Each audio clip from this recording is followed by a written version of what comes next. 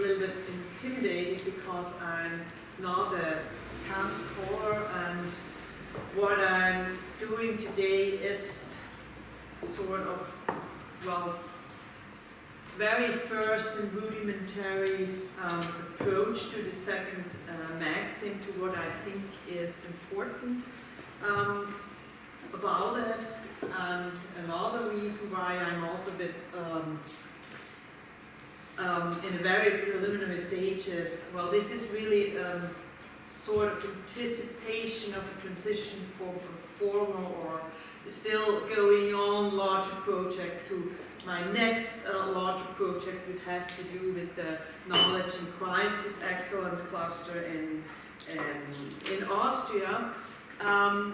So this is really much work in progress, and I nonetheless hope it's somehow interesting.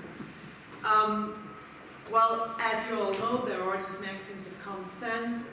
Everyone ought first to think for oneself, to think in the position of everyone else, and always to think, well, here the three is lacking, and always to think in accord with oneself. That's the version from the critique of the power of judgment. As you certainly know, this shows up in several places as well. Now, I'm going to work today on the second maxim. I've worked in another paper which was not solely on Kant, on the first maxim, and some of my background claims are from that other paper. I'm not going to defend them in detail today again, but I might have to mention them because at some point they are important, and the comment by Claudia Blöser also relates to a point that I elaborate on shortly, but it's really already present in my previous paper. Well, one of the background claim is that I say there is an ineliminable primary role to play for individual thinking in enlightenment processes, or there is a way in which the first maxim has a primary role. It's not in all respects primary, but there is a way in which it is primary. And then another second background claim is that I say we must assume a disanalogy between democratic norms and the ideal of ecclesiastic rationality. And one thing I'm trying to do is how can we read the second maxim if we assume that there is this disanalogy for Kant and also, I think, in reality. Now, a further background claim is that I say, despite the second maxim, it is not rational, according to Kant, to take opinions of others as reasons for giving up a view if one remains inclined to take it to be right. So this is part of what I think he's saying with this norm. I'm not elaborating on it in detail, but this is another background claim. And finally, a fourth background claim is that I say the second and the third maxim recommend procedures that are to enhance individual rationality. The question is in which sense I'm talking here about individual rationality, and part of what I'm going to do in my talk is really to discuss this point. Now, the program for today, I start with looking a little bit at the context of these maxims, then I say they have a double character, and I'm elaborating on this double character. The third part is that I look at the order, and the final part is that I sort of compare perspective taking in morality versus in belief formation, and, well, I'm not sure whether I get to the conclusion. So let's start with the first part, the maxims of common sense in context.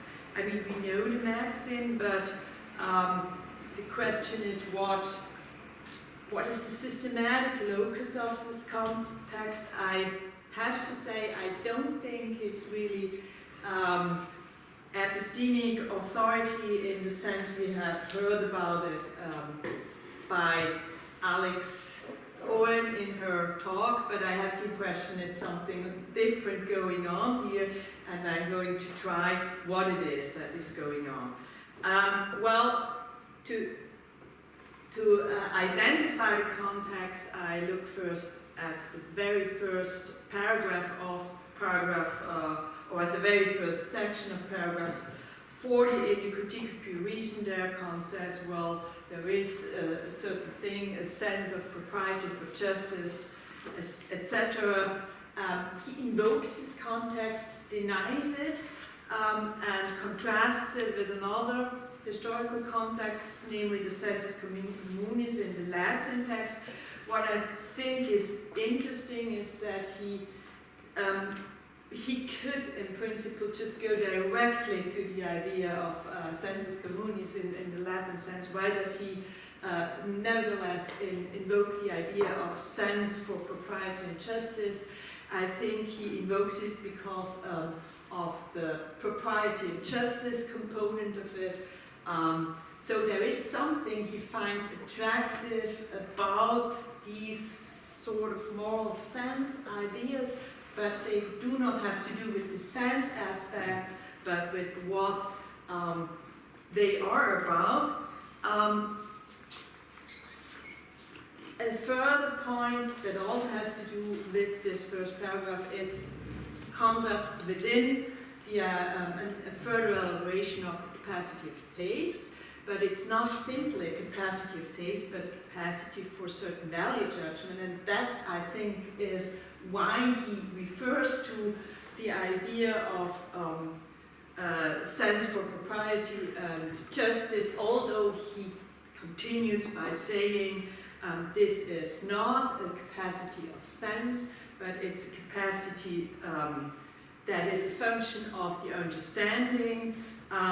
So there is a sort of complex contextualizing going on in the first paragraph that picks up on some elements from the moral sense tradition, but also rejects the very idea of it being a sense by saying it's a function of the understanding. So Kantian taste belongs to the higher faculties, at least if we look at how he elaborates on it in this paragraph. And although it is functionally equivalent to moral taste, it has to do with our capacity to formulate more normative judgment.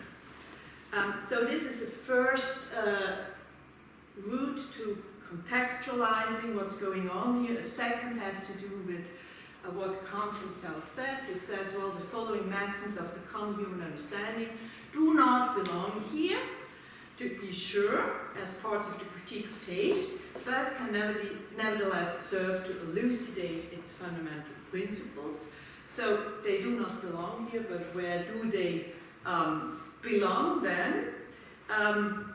They are used in paragraph 40 to vindicate, as it were, conditions of taste in its function of deciding normative issues, but they do not belong really to a critique of taste. The question is, where do they belong? Where is their proper place? And so I look at other places in Kant's work where they are invoked, where I think we get a clearer sense of what they are about.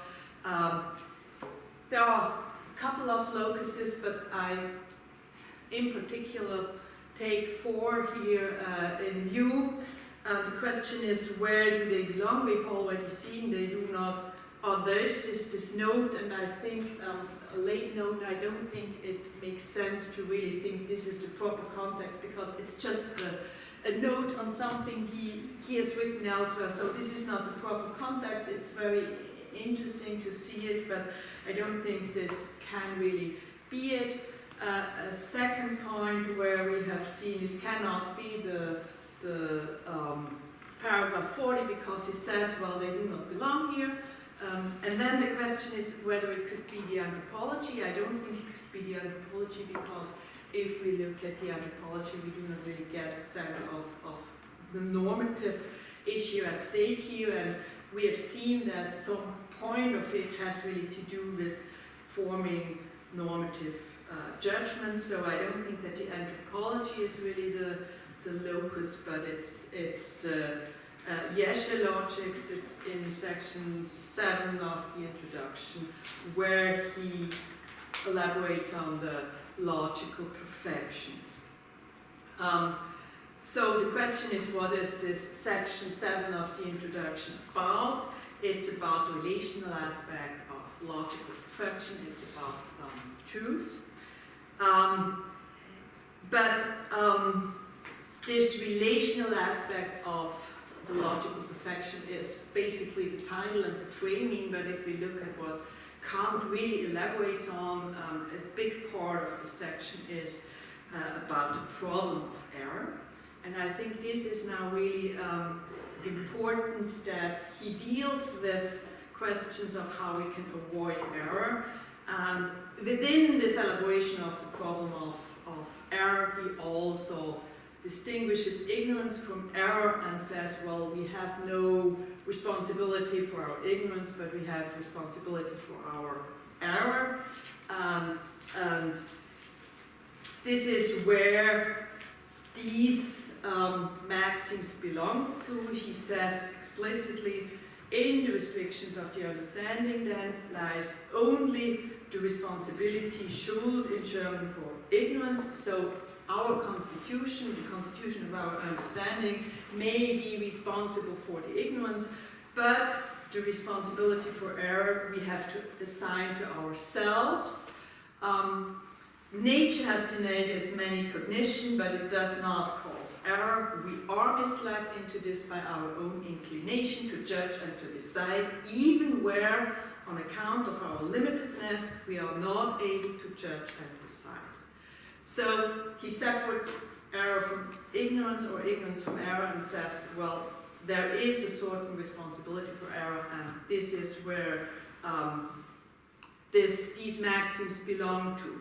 The problem, thus, he deals with is how can we avoid error, how can we determine whether a certain view can be rationally held. And I think this, in particular in situations where we lack objective grounds to really know something, to really know a view. And here, the maxims of common sense, I abbreviate them here, serve as a tool to avoid error in situations of ignorance. So, and I think it's important to keep this in mind to really understand what's going on here. It's very basic what I've done now, but I think it's helpful to keep it in mind. This much for the contextualizing. I now go on to look at the double character, and then here the paragraph 40 of the critique of power judgment gets into play again. The question, if we recall what he said, well, he said the maxims do not really belong here to this elaboration of taste, but I use them for elucidating the conditions. The question is what makes the maxims of common sense act for being invoked in a transcendental analysis of the conditions of normative judgment. One could also say in which way do they work so that they can be used. And here is where I look at the normativity. They voice what sort of normativity is there, what constitutes the binding force of these maxims, what is their role in enabling normative judgings. And I think in particular the last question could be interesting. Are they regulative or constitutive principles?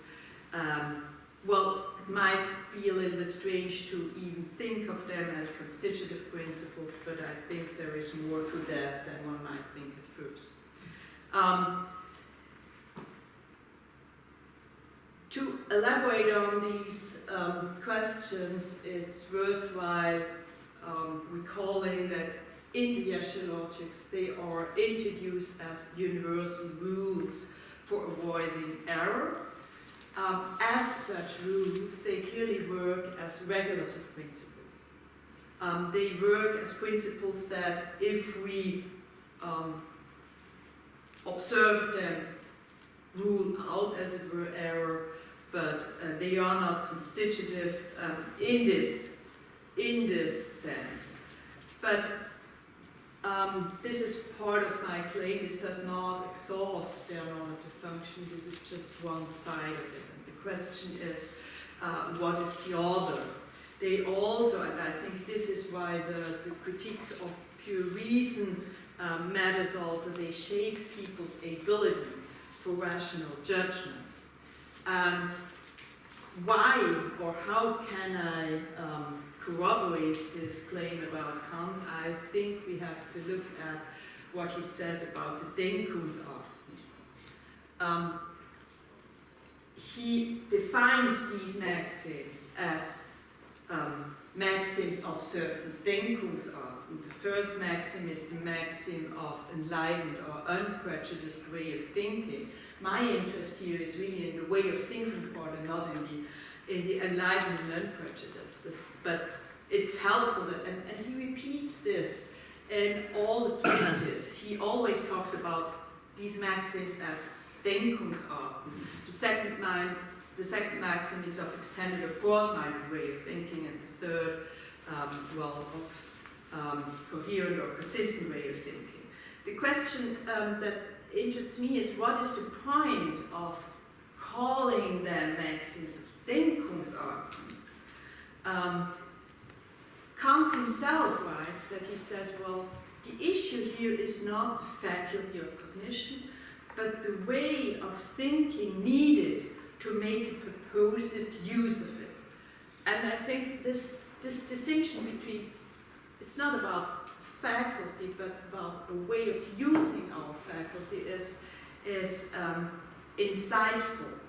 If a person accustoms herself to follow the rules demanded by the maxim or by these maxims, then this will have an impact on her cognitive habits, how they make use of their faculties. To have a certain Denkungsart, in other words, is not to have a natural quality or natural capacity, as it were, nor is it to have an expertise derived from a certain body of knowledge. But Denkungsarten constitute purposive ways of using our cognitive capacities. And considered as Denkungsarten, the maxim of common sense are not just regulative principles. But on this layer, we must also take them to be constitutive for our cognitive habits. And I think that's important for the Enlightenment project, for much of what Kant thinks about rationality of doctrinal beliefs and of our way of deciding issues where we lack knowledge. So they are constitutive for the acquisition of certain habits, and that's the second use. So I say that the maxims have two complementary functions, and the second is what I think is more exciting than the first one. And I think also it's more exciting for the idea of epistemic autonomy. Now, I come to this third point where I elaborate on the order of maxims. The maxims of common sense together constitute a whole. So I agree with this point. But this whole, and whole can be structured in different ways, this whole is marked by a system of priority relations. Kant explicitly says that observance of the third maxims relies on frequent observance of the second. So he assumes a priority relation between third and second. Likewise, I contend we must assume that observance of the second maxim relies on the observance of the first. I've elaborated on this in this other paper, and I think we will certainly discuss this a little bit because that's part of the comment. I will not focus much here in my presentation. My question here is just, does not the reverse dependency also obtain, or this is an objection one could make, so that the first maxim requires the second, or and what about the need to be led by others? That's some thing Kant infers to. I think we must be careful in how we read his ideas of need here. And need can mean two things. It can mean necessity and it can mean bedürfnis. And the need to be led by others is a bedürfnis. And this bedürfnis, and this is, I think, and I think it need not be this kind of bedürfnis he says. This bedürfnis, he says, is a symptom of superstition, according to Kant. So I think we really have to be careful if the need to be led by others is a bedürfnis, whether produced by superstition or whether produced by our, seek for help, is something that is not a necessity. So if there is, question was, if there is a certain, if the second maxim is invoked by the first, it's not in the sense that observance of the second is necessary for observance of the first. That's something I would claim. It may be necessary for getting a full-fledged rationality set of facts, but not for individual reflections, in individual tokens of reflective consideration of one's views. So there is a certain systematicity, and now I really would like to see a little bit what within the systematicity perspective taking does. What is the role of perspective taking? And here the question I address is, what does Kant want us to do when he claims that we should think in the position of everyone else? On the one hand, we could look at the text and see how he describes it.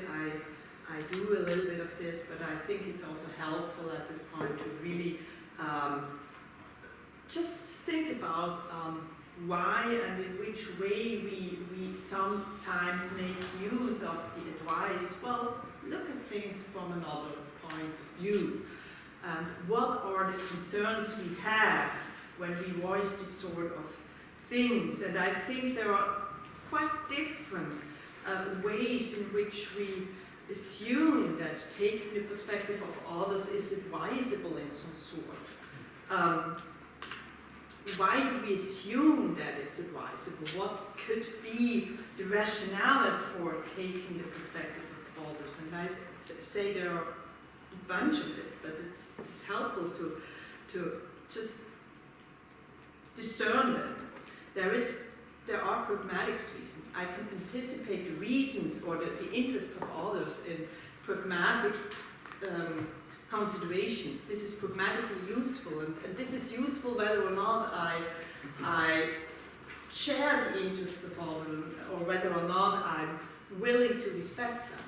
it's useful for anyone who is interacting in the world to know what other people think or want.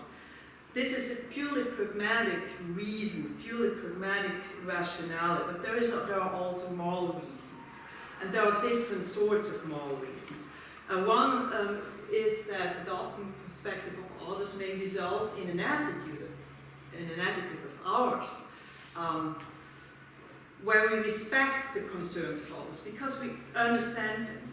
And we can respect the concerns of others whether we share the concerns of others or not. I can't respect concerns of others with, well, unfortunately, I'm still confronted with all this anti-genderism polemics of the Neue Zürcher Zeitung, and I always think, well, I must not, even if I'm as a journal leader, even if I'm not interested in gendering, I can respect it as a concern of someone else. And this is adopting the perspective of this other person could lead me to adopt an attitude of respect for the concern of someone else. But there's also other ways I can come to share the concerns of someone else. If my nephew tells me why he has become vegan, I can see, okay, these are good reasons.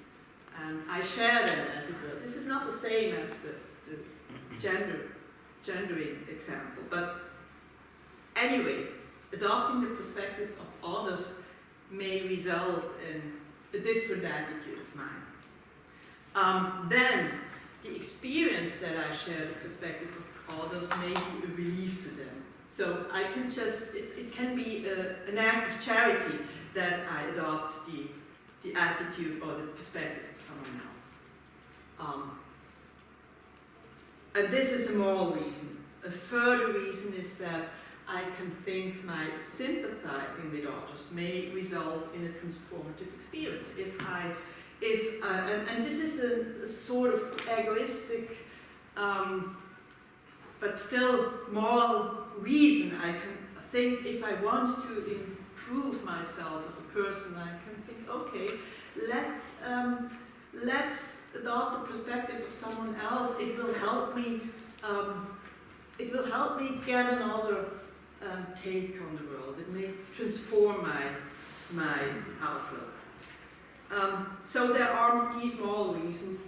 There are other reasons. There are what I would call spiritual reasons. I may decide to lead a life of compassion because I consider it a spiritual demand to do so. We can think of, well, Mother Teresa, but also I think of Simone Weil here, who decided to really not eat more than the people in the prisons in Nazi Deutschland. And this, I think, is not a really moral reason, but it has something spiritual.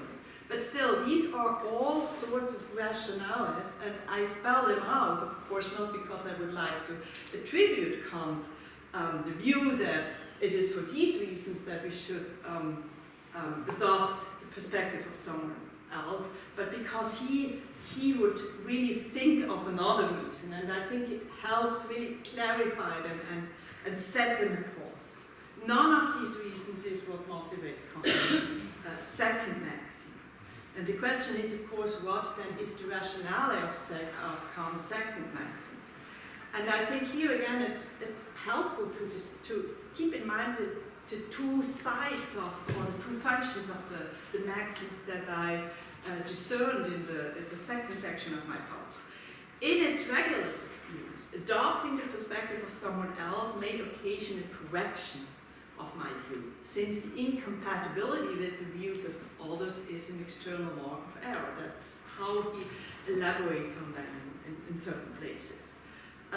But in its constitutive views, the determination of the position of everyone else, from which we are then to consider things, is a habitual result of previous practice. So the rationale on this layer is that I might have an interest in this habitual result of practice. The question is, of course, how does this work, or how does this matter?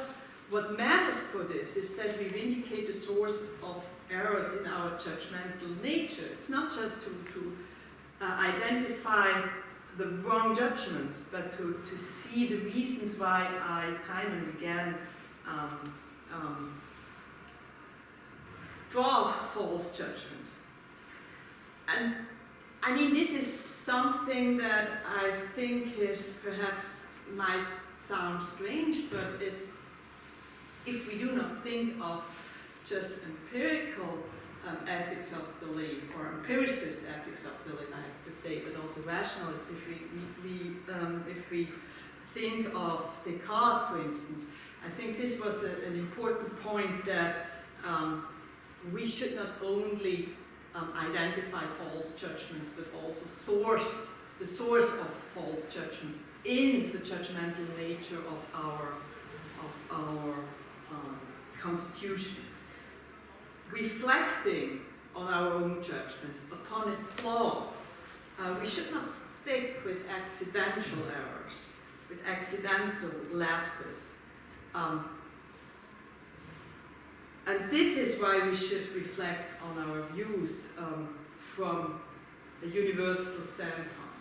I could detect accidental lapses of my judgment and to that accidental false judgings if I reflect on my judgments from the viewpoint of an accidental order. But to detect the problem of my judgmental nature, I have to reflect on my views against the backdrop of the position of everyone else. So keeping this in mind, keeping the idea of the position of everyone else in mind, we may not just improve our judgment in the sense of individual singular tokens of judgings, but this may make us a better judger. And this is part of what I would say at stake in Kant's three maxims when he talks about ways of thinking. And I just think we should take this serious and not stick with the individual tokens, but look at what he has in mind with this habitual layer. Well, that was it. I think I stop here, and I thank you for your attention.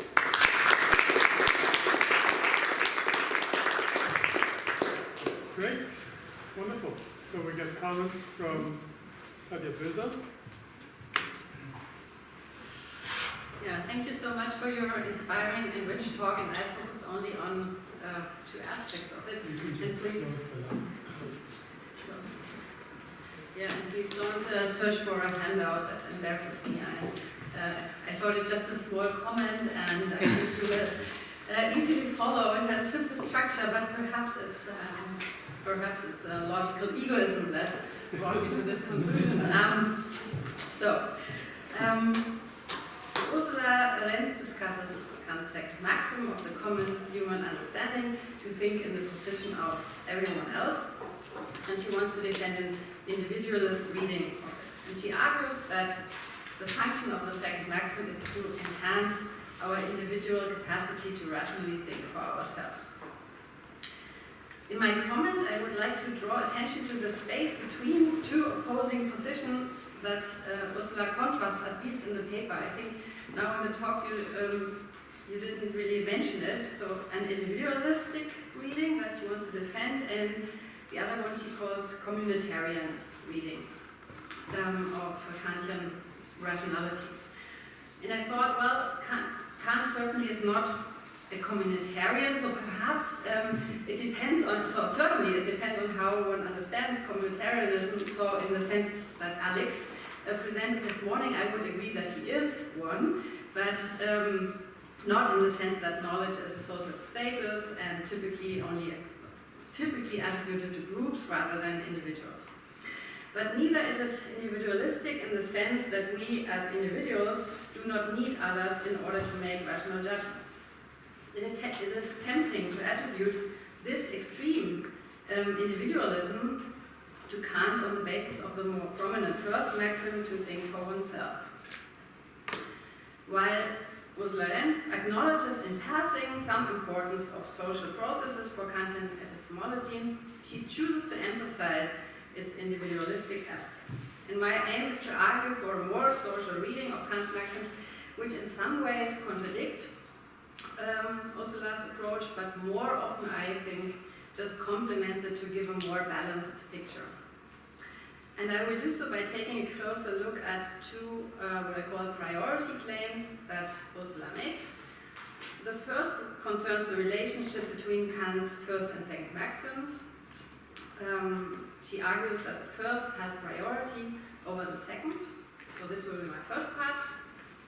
And furthermore, less openly, she seems to commit herself to a second priority claim, which concerns two versions of the second maxim that I would like to distinguish, and this will be my second part. Okay, so Ursula Renz argues that Kant gives a certain priority to the first maxim, which consists in the fact that the, quote, observance of the second maxim requires observance of the first, whereas no observance of the second maxim is required for the observance of the first.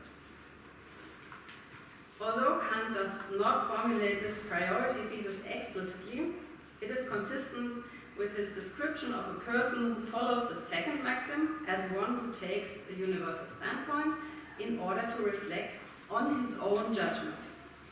Thus, the object of reflection is one's own judgment, and one might assume that the sense of ownership here in question is the one that one achieves by following the first maxim of thinking for oneself. It would seem, therefore, that one must indeed observe the first maxim in order to observe the second. However, emphasizing this priority, in my view, obscures the fact that the two maxims come as a package. Ursula also said, yeah, they form a whole, but I think they form a closer whole with perhaps less priority structure in it. Both are equally necessary to make purposive use of one's cognitive capacities. To support this view, consider the function of both maxims in freeing our judgments from prejudice.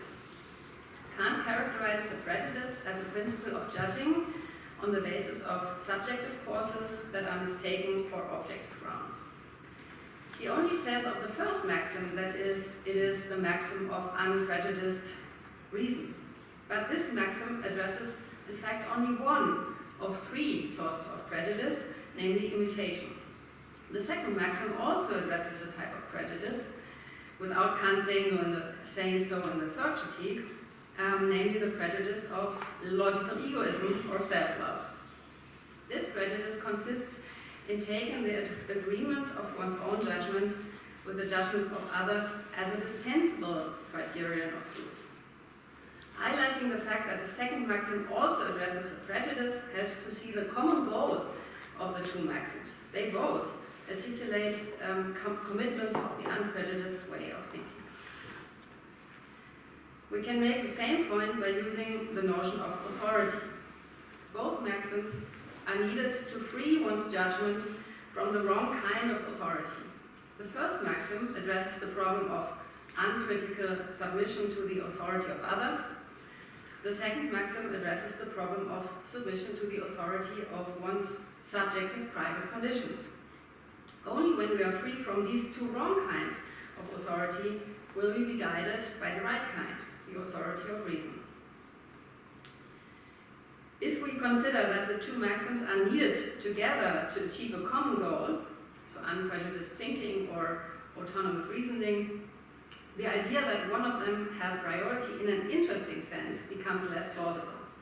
And a further consideration can put pressure on Renz's thesis that we can observe the first maxim without observing the second. The first maxim leaves the sense of ownership unclear. What does it mean to think for oneself? One might be tempted to think that judging on the basis of one's own subjective private conditions already amounts to thinking for oneself. After all, they are my own subjective private conditions, and so the resulting judgment is also my own. But Kant probably had a different sense of ownership in mind. In what it means to orient oneself in thinking, he holds that thinking for oneself requires asking oneself whether one's reason for judging is suitable as a general principle for the use of reason. We just heard that Dieter wants to emphasize that it's only the own use of reason, but we can discuss this, but I adopt the other reading. This sounds like mixing up the first and second maxims, as it were. Thinking for oneself already involves thinking in the position of everyone else. If this is true, we can say that the first and second maxims articulate two sides of the same coin.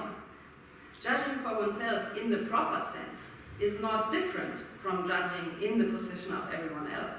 Rather, the second maxim qualifies the sense of ownership at issue in the first maxim.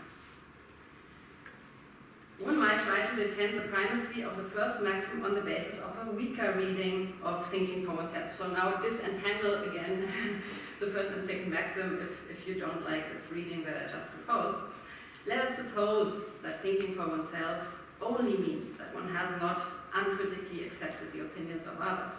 And this sense of thinking for oneself is necessary for the observance of the second maxim. One might say, since only with regard to judgments that are one's own in this sense, can we ask whether they are based on one's subjective private conditions. But even if this were true, thinking for oneself in the weak sense does not guarantee the rationality of one's judgment, since the source of error addressed in the second maxim, one's subjective conditions, has not been dealt with. The priority of the first maxim would therefore only be a temporal priority.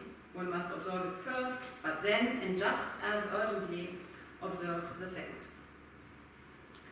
So now on the relationship between two versions of the second maxim. Kant states the three maxims in several places in his work. It is striking that there are, in fact, two versions of the second maxim. First, think in the position of someone else. So this is in the Anthropology, page 200, and in the Geshe Logic. And second, think in the position of everyone else. And this is in the Anthropology a bit later, so 228, and the third critique.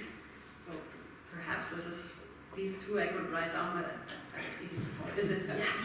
So the first is position of someone else, and the second, everyone else. And I would like to comment on these two versions in 3 steps. And I would like to argue that first, the first version implies an irreducible social dimension to thinking, while the second does not. And both versions seem to rest on the same rationale. They serve the same end. And third, the first version is very important for putting the second maxim into practice. Yeah. While Kant seems to suggest, in some places, that the second version, the thinking in the position of everyone else, is more important, in practice, I point out interpretive and systematic problems with this kind of priority claim that Ursula Renz in her paper seems to endorse as well. So the first version, think in the position of someone else, invites us to think in the position of someone else, a concrete other. When we communicate with concrete others, thinking in the position cannot mean uncritically accepting someone else's judgment, as Ursula also points out. In the absence of further information, we cannot simply assume that a concrete other's view is correct if it contradicts a judgment that we have arrived at and take it to be true. Other real people can make mistakes just as we can. Thinking in the position of someone else can therefore only mean to consider the other's point of view. In particular, it can mean taking disagreement as an opportunity to investigate further the reasons for my judgment. Is it based on subjective conditions? Disagreement with others can alert me to errors, And this is the social dimension of thinking that Kant emphasizes in the Gescher logic, that Ursula also addresses. We need others in order to test our views, to find out whether we are taking subjective conditions for objective grounds. The second version of the second maxim does not have this social dimension. It articulates the ideal that our thinking should be universalizable, that we should form judgment with which everyone else could agree. But how can we find out whether everyone else could agree with our judgment? This is not possible by inquiring into the actual views of others. So what is the rationale for the two versions of the maxims? Ursula Renz argues that they are different. The rationale for the first version is to detect incompatibilities with views actually held by others. And the rationale for the second is to vindicate the source of error in our judgmental nature. In my view, however, we should not lose sight of the fact that both versions of the maxim ultimately serve the same purpose, to ensure that our judgments are not determined by the wrong kind of authority, subjective private conditions, but are such that they rest on grounds that are universalizable, that everyone can accept regardless of his or her private conditions. While the second version of the second maxim articulates this ideal of universalizability, the first version gives us practical guidance how to pursue this ideal in a community of fallible rational beings. As others already have pointed out, communication helps to discover what might count as universalizable.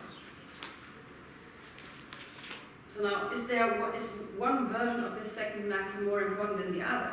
How important is the first social version in practice? Ursula Renz agrees that, quote, the question if others would share some view is a heuristic tool for probing its universality, end quote. While her question is whether this supports a communitarian concept of knowledge or rationality, it does not, and is therefore, according to Ursula, only a heuristic tool. I would like to ask the question whether we can in principle do without the social version. If Kant were to regard the social version as dispensable, this would support an extreme individualistic reading of his account. So we can just reflect and ask ourselves whether everyone could agree. Indeed, in some passages, Kant downplays the role that actual others can play in favor of the second version, the second maxim. In the third critique, for example, he writes that we should hold our, quote, judgment up not so much to the actual as to the merely possible judgments of others, end quote. But if we describe the practice required by the second maxim without recourse to the first social version, this leads to interpretive and systematic questions. On the side of Kant interpretation, the question arises why he presents the first social formulation at all.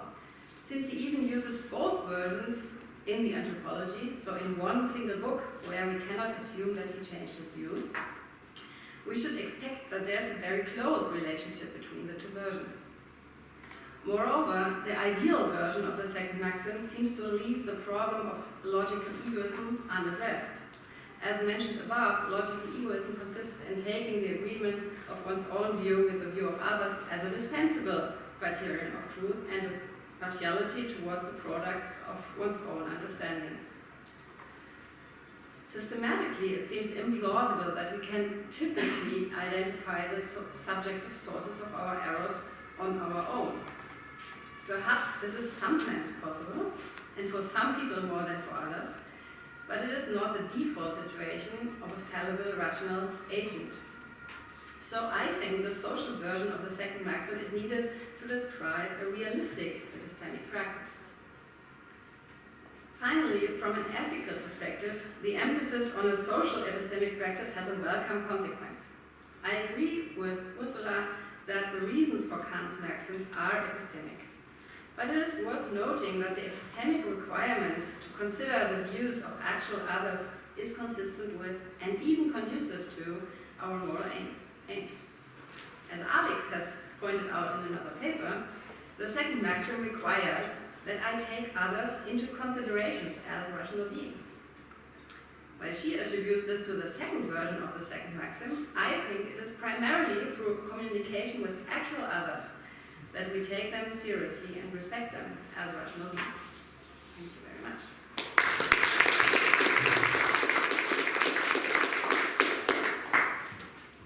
Perhaps I have to say what my priority claim is not about. It's not about importance. I think they are equally important, but it's about are there, is one of the maxims necessary for observance of the other? And does this hold vice versa?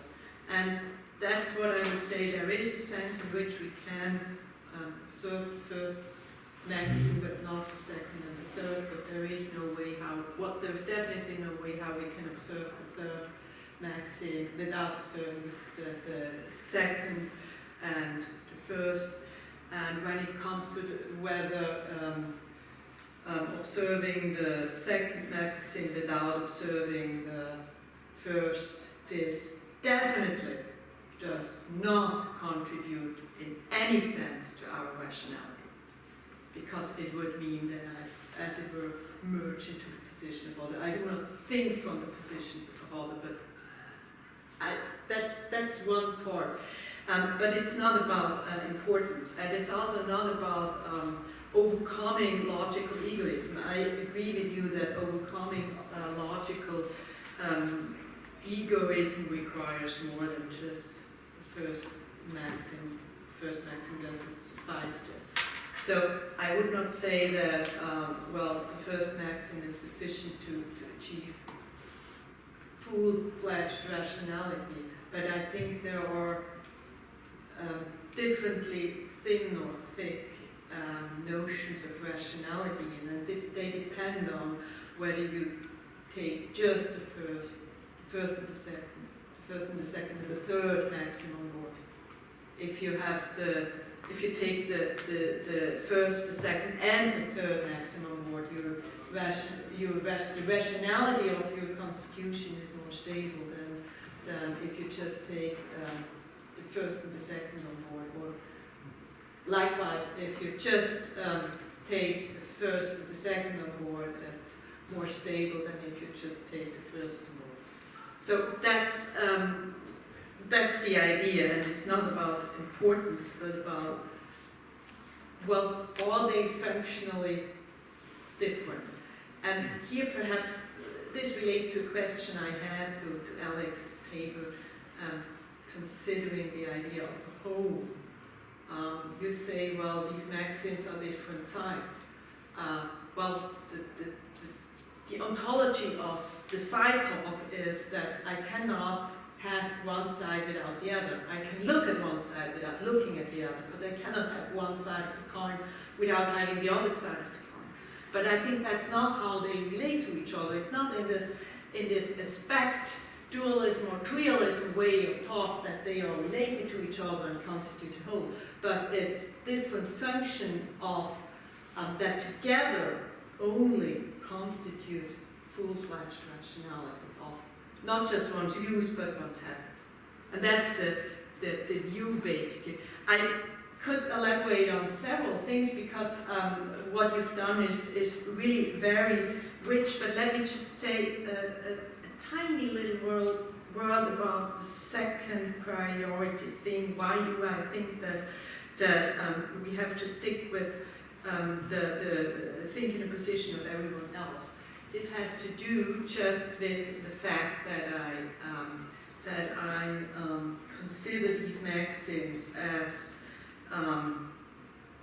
the wisest to adopt habits of use of one's cognitive capacities. And a backdrop is something perhaps a little bit strange, but I have the impression that what Kant is after here is something similar as the impartial spectator in the moral sense tradition. And the impartial spectator is not Kant, or it's a figure of thought, the impartial spectator. The impartial spectator is not the idea that we should look at how others actually feel about what's going on, but how we should feel about what's going on. And I think that it comes much closer to the idea of you should think, you should consider, reflect on your views by thinking in the position of everyone else. And this is how the sort of way of thinking is constituted.